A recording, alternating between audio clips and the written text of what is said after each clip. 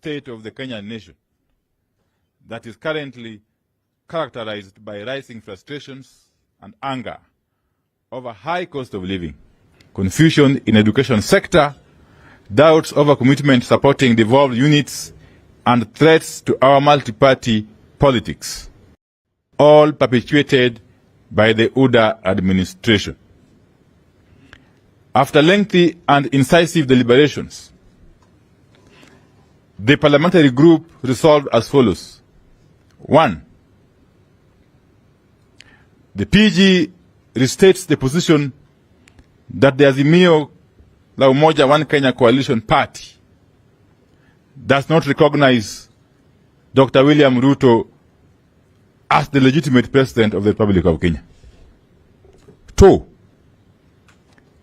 Azimio reiterates that it will not participate in the reconstitution of the IEBC through the formula and process being proposed by the Kenya Kwanza regime. 3. That the Kenya Kwanza administration has put Kenyans in an existential struggle for survival, with the cost of basic necessities becoming untenable. This trend must be resisted and reversed, and Azimio has resolved to provide the leadership needed to achieve this. 4. That Kenya Kwanza be made to immediately embark on steps to reverse the huge tax burden it continues to impose on the people of Kenya, that has seen taxes make up more than half of the price of goods and more than half of the people's income. 5.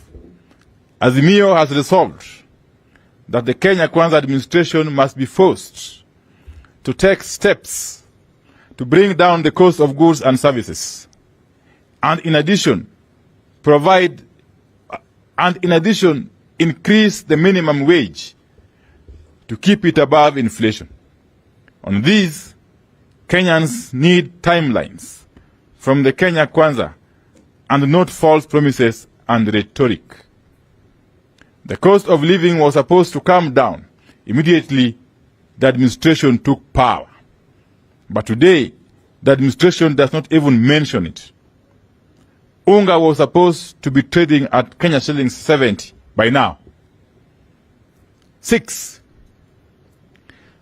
That with Azimio providing leadership, Kenya Kwanza be forced to restore and expand the social protection programs which guarantee a basic monthly income to the poor. 7. That with Azimio providing leadership, Kenyans mobilize and oppose plans to sell off state-run parastatals. These entities, some of which are critical to our national security, must be allowed to continue serving the public or to continue serving public good rather than lining the pockets of a few individuals. Further, these parastatals are public property and cannot be sold without parliamentary approval. The current attempt to amend the law so that these parastatals are sold at the whim of the administration will be resisted by the people of Kenya. 8.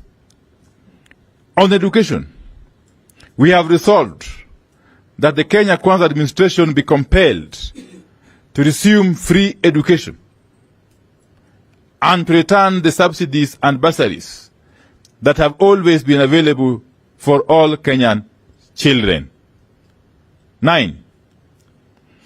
That the Kenya Kwanza regime be compelled to immediately address the confusion, the chaos, and the mounting expenses and demands surrounding the implementation of the junior high school program.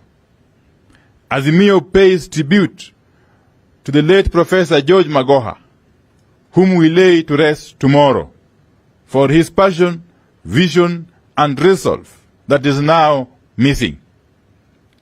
Had this administration let Professor Magoha stay, we are sure we would not have witnessed the confusion we see today.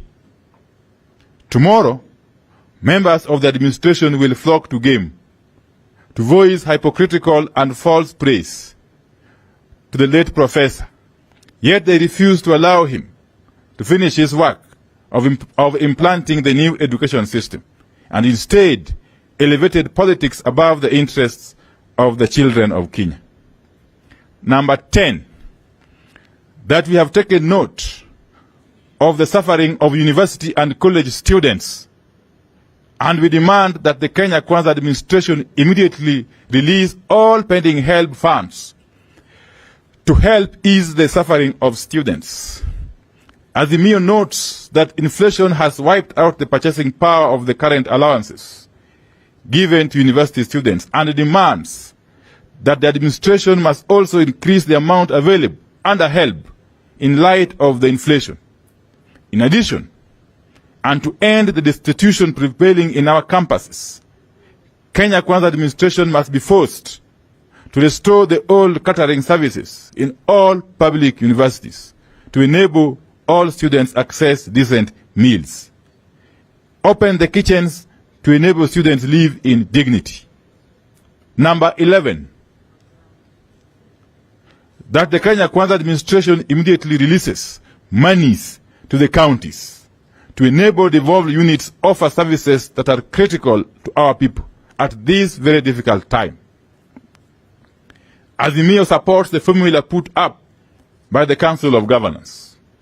We also support calls for the full transfer of devolved functions, including water, health, and agriculture, among others, to the counties with immediate effect.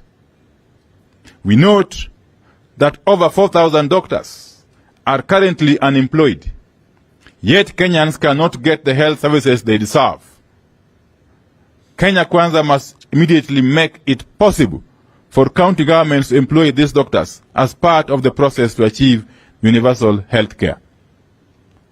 12, that the Kenya Kwanza regime must immediately stop all lies and release the NGCDF and NGAF monies to all constituencies to help ease the burden of the people for whom these funds are a lifeline.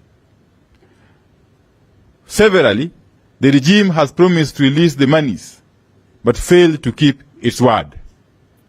Finally, number 13, we note we are currently engaged in a just struggle for this nation, a struggle for good standard of living, struggle for democracy, and struggle to safeguard our hard-won multi-party political system that is under threat.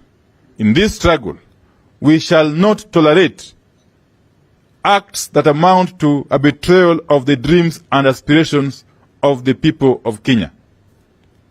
Azimio, therefore, asks its elected leaders to shape up or ship out. There will be no two ways about this.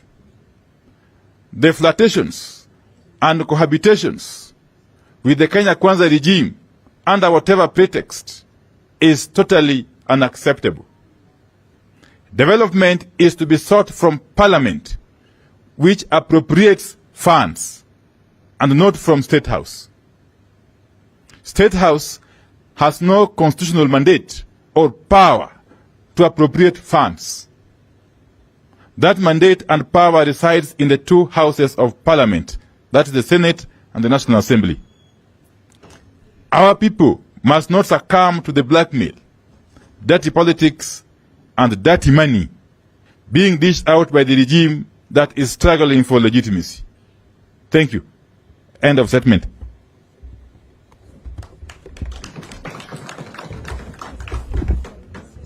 We are not fielding any questions.